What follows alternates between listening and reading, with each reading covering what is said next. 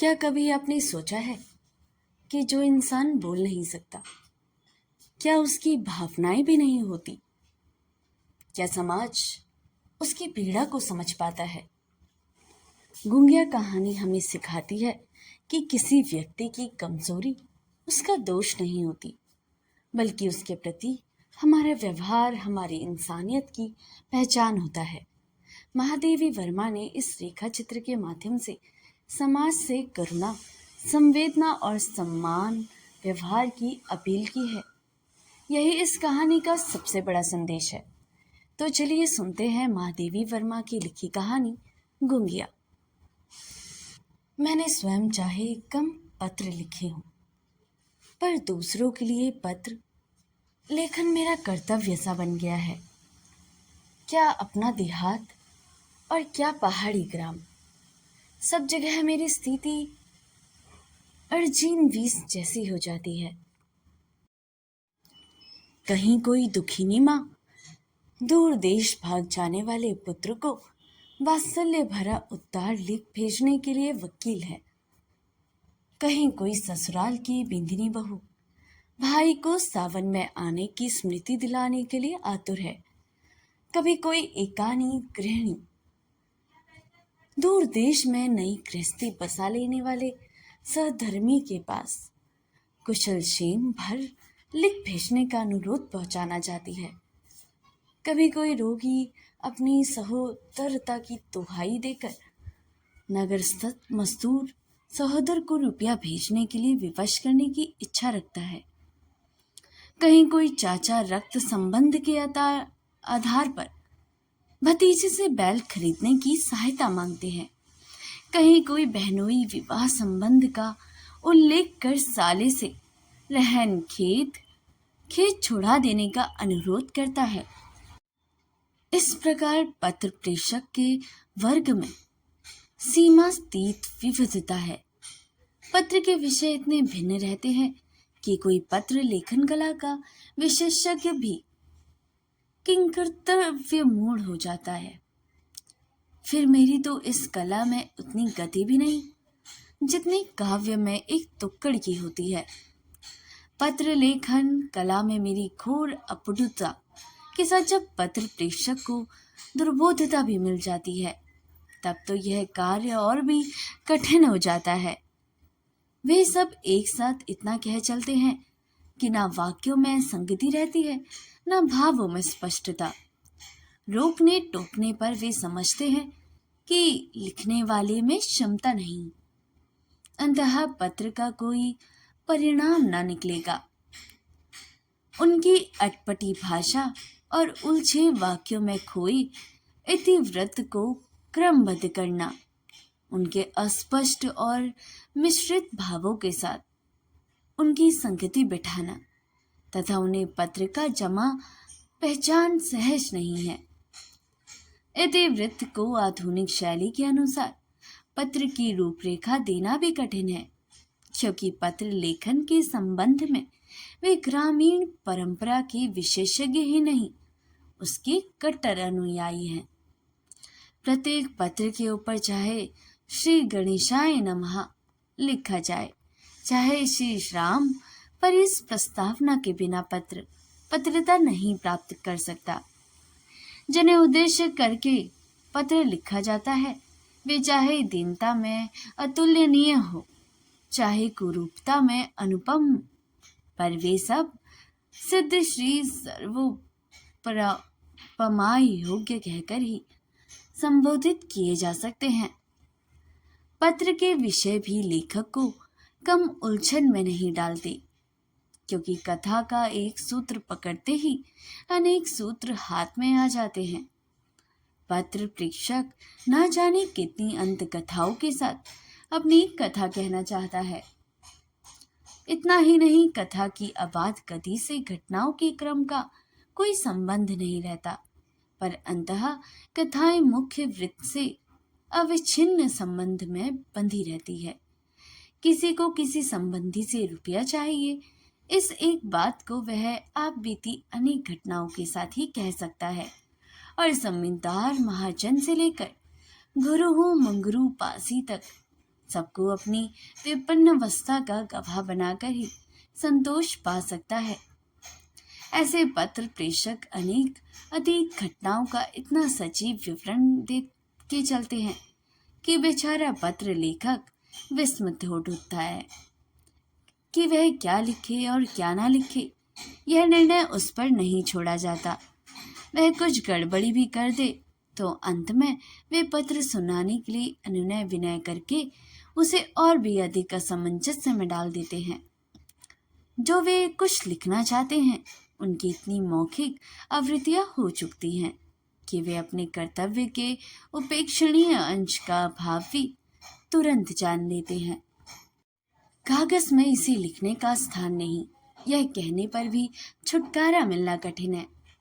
लेखक के मुख पर अपनी अनुनय भरी दृष्टि स्थापित करके और किसी अक्षरहीन कोने में अपनी टेढ़ी मेढ़ी उंगलियां रखकर वे उन छुटे हुए विवरण को दिख लेने के लिए ऐसा करुण अनुरोध करेंगे जो टाला नहीं जा सकता।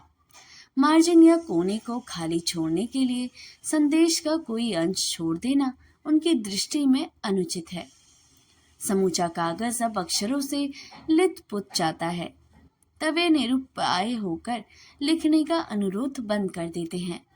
इससे पहले नहीं, लिखने वाले के हृदयगत भाव को समझ लेने की समस्या भी कम जटिल नहीं है। एक भाव को हृदय संगम करते ही भावों की बाढ़ घेरती है। साधारणतः वे ग्रामीण नागरिक बुद्धिजीवियों से अधिक भावुक होते हैं। इसी से संदेश का प्रत्येक अंश उनमें नवीन भावोद्रेकक का कारण बन जाता है। कथा के क्रम में कभी उनके हंसने का परिचय मिलता है, कभी क्रंदन का, कभी क्रोध पश्चाताप का और कभी ममता का या तन्मयता का आभास रहता है। कभी उपेक्षा जनित ग्लानि का, कभी दार्शनिक वीरागता प्रकट होती है, कभी सांसारिक नीतिमता।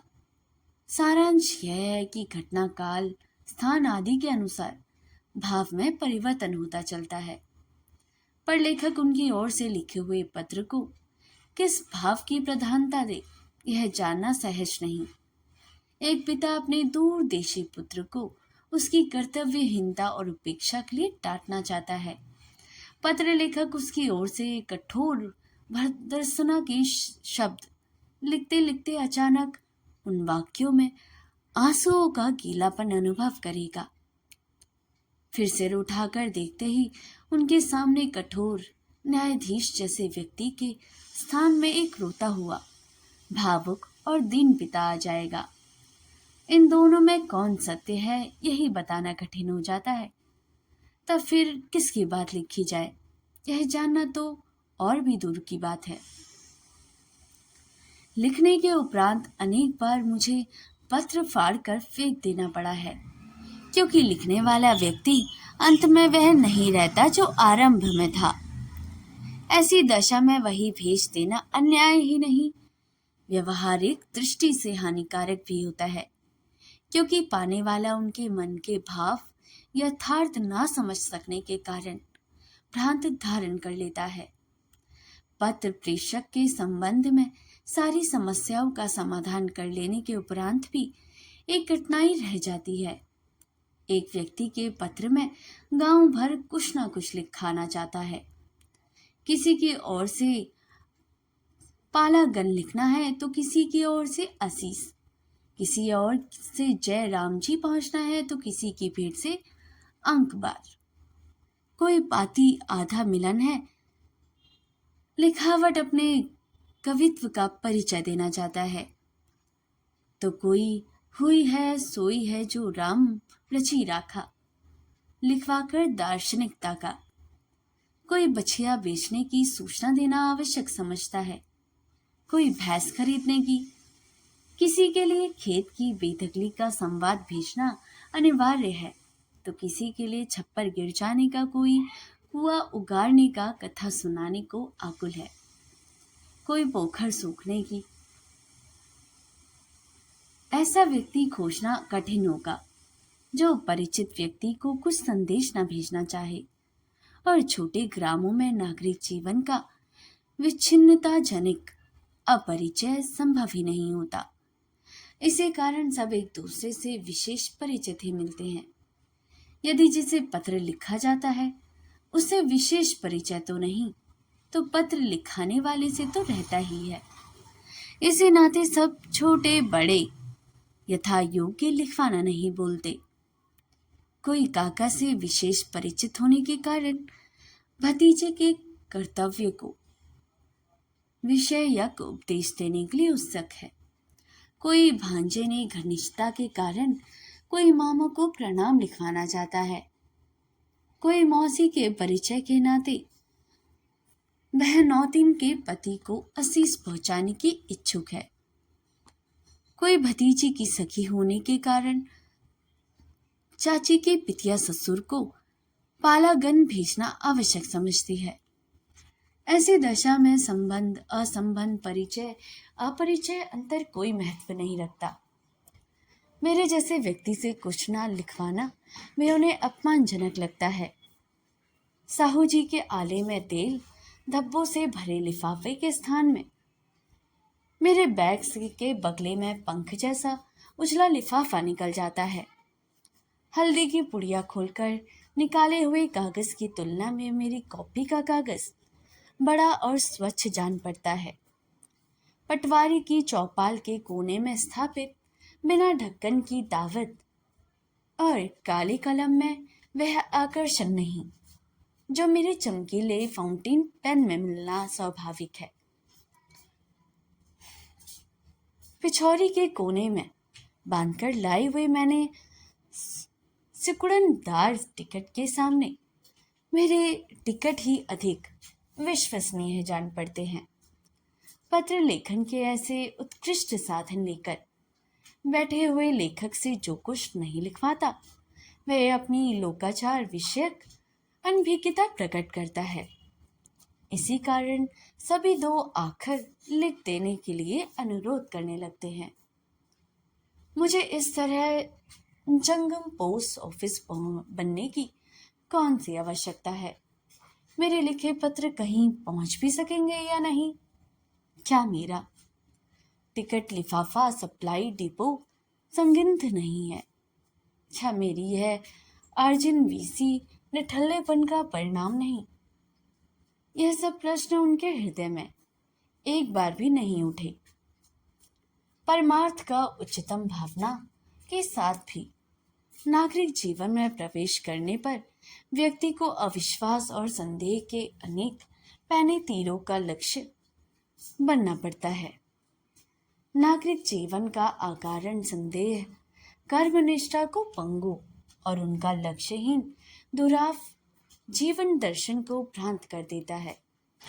इसके विपरीत ग्रामीण जीवन की पुस्तक खुली ही मिलती है। कुछ विषम परिस्थितियां अपवाद हो सकती है, पर जहां जीवन कुछ स्वस्थ है वहां एक ग्रामीण का सहयोग आदान दैन्य रहित होने का कारण सहज है। सहायता का दान गर्व शून्य होने के कारण स्वाभाविक और विचार विनिमय अकृत्रिम होने का कारण जीवन के अध्ययन का पूर्वक है। एक बार मुझे कुछ लिखते देखकर एक वृद्धा अपने दूरदेशी पुत्र को पत्र लिखाने आ बैठी। फिर दूसरे भी आने लगे और अंत में यह कार्य मेरे कर्तव्य की सीमा में आ गया। मैं स्वयं अकारण तो क्या सकारण भी पत्र कम लिखती हूँ। इसी से टिकट, लिफाफे, कार्ड आदि का प्रबंध करने पर भी यह पत्र लेखन मुझे महंगा नहीं पड़ा। मेरे बैठने के स्थान अनेक हैं। कभी पीपल के तने का सहारा लेकर उसकी ऊंची जड़ों का सिंहासन बनाती हूँ, कभी आम के नीचे सूखी पत्तियों के बिछौने का, कभी किसी के उसारे में पड़ी खटिया का आसीन होती हूँ, कभी किसी के आंगन में तुलसी चौरा के सामने चटाई पर। पत्र लिखने का प्रस्ताव सबसे पहले जो करता है उसी की इच्छानुसार शेष को चलना पड़ता है। पत्र लिखने वाला निकट बैठता है और सब उससे कुछ हटकर आसपास केवल अभिवादन भेजने वाले आते जाते रहते हैं। कोई पुर चलाना दूसरे को सौंप कर पालागन लिखवाने दौड़ आया। कोई आशीष लिखा देने का स्मरण दिलाकर दाएं चलने चला गया। कोई अपना संदेश लिखवाने के लिए भरा घड़ा सिर पर और रस्सी हाथ में थामे हुए रुक गई। किसी को जय राम जी लिखते वाते बेसन पीसने की याद आ गई। कोई रोते हुए लड़के के मोटी मोटी रोटी का टुकड़ा देकर पत्र का उपसंहार सुनने लौट आई। कोई उपदेश वाक्य कहते कहते बुझी चिलम सुलगाने के लिए उठ गया। इस तरह सबका आवागमन होता रहता है। केवल इस समारोह का सूत्रधार आदि से अंत कभी हंसता, कभी रोता और कभी उदासीन बैठा रहकर कथा का अवरोह संभालता है। पत्र लिख जाने पर उसे पूरा सुनना पड़ता है। इतना ही नहीं, उसकी इच्छानुसार जहां तहां कुछ न कुछ जोड़ना भी आवश्यक हो जाता है। तब वह पत्र को सब प्रकार से अपना प्रमाणित करने के लिए अंगूठे की छाप लगाने को व्याकुल हो उठता है। ऐसे चिन्ह व्यवहार जगत में प्रचलित असत्य से आत्मरक्षार्थ कवच हो सकते हैं, पर पत्र के संवता सिद्ध आत्मोद्धार में उनका विशेष महत्व नहीं। इसे सब मान नहीं सकते। इसी कारण कभी कभी नाम के नीचे अंगूठे के चित्र विचित्र और विविध आकृतियों वाले चिन्ह भी सुशोभित हो जाते हैं। पता लिखना इस पत्र लेखन गाथा का सबसे कठिन प्रसंग है। किसी को पुकारने का नाम नहकू और परिचय का महावीर है। किसी के घर की संज्ञा दुल्हरुआ और बाहर की भैरोदीन है। कोई अपने गांव में घसीटा और पर गांव में राजा राम कहलाता है। कोई नंदसार की सिर तजिया और ददसार की दुखिया है। किसी को परिवार वाले रूपमतिया और बाहर वाले कल्लुइया कहते हैं। नाम उपनामों का यह विरोधाभास मूलक गठबंधन हमारे कवि समाज का स्मरण ना दिलाए तो आश्चर्य की बात होगी। हमारे यहाँ भी एक व्यक्ति जीवन में अकिचन रूप में कोयला नाम से हीरालाल और उपनाम से शरतेंदु होकर भी उपहासास्पद नहीं माना जाता। अकिचनता सामाजिक व्यवस्था से संबंध रखती है। रूप प्रकृति का दान है और नाम माता पिता का उपहार किया जाएगा। शेष एक उपनाम ही रह जाता है जिसका संपूर्ण उत्तरदायित्व उन्हीं को संभालना होगा। संभवतः इसी कारण वे अपने में किसी विशेषता की अभाव या भाव की चिंता न करके संसार की सुंदरतम वस्तु को मिली हुई संज्ञा पर अधिकार जमाना चाहते हैं।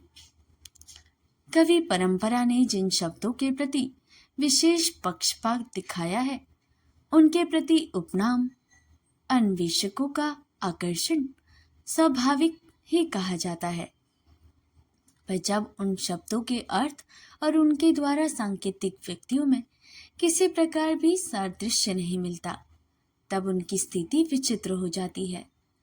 सुनने वाले नाम और उपनाम का अंतर ना भूल सके, मानो इसलिए वे दोनों को एक अविच्छिन्न संबंध में बांधकर उपस्थित रहते हैं। पर ग्रामीण नाम और उपनामों की स्थिति इससे भिन्न है। नाम का संबंध तो पंडित जी के पोथी पत्र से है, किंतु उपनाम व्यक्ति के रूप, स्वभाव, गुण या दूसरों की उसके प्रति धारणा का यथार्थ चित्र देता है। तो दोस्तों, यह कहानी यहीं पर समाप्त होती है। गुंगिया बोल नहीं सकती, लेकिन उसका त्याग, उसका ममत्व और उसका दर्द शब्दों से कहीं अधिक कह रहा था। यही इस कहानी की सबसे बड़ी सीख है कि इंसान की पहचान उसकी आवाज से नहीं, बल्कि उसके दिल और कर्मों से होती है। अगर आपको गुंगिया की यह कहानी पसंद आई हो तो वीडियो को लाइक करें, अपने दोस्तों के साथ शेयर करें और ऐसी ही हिंदी साहित्य की आसान और रोचक कहानियों के लिए हमारे चैनल को सब्सक्राइब करना ना भूलें। मिलते हैं इसके अगले भाग में। तब तक के लिए नमस्कार, अपना ख्याल रखिएगा।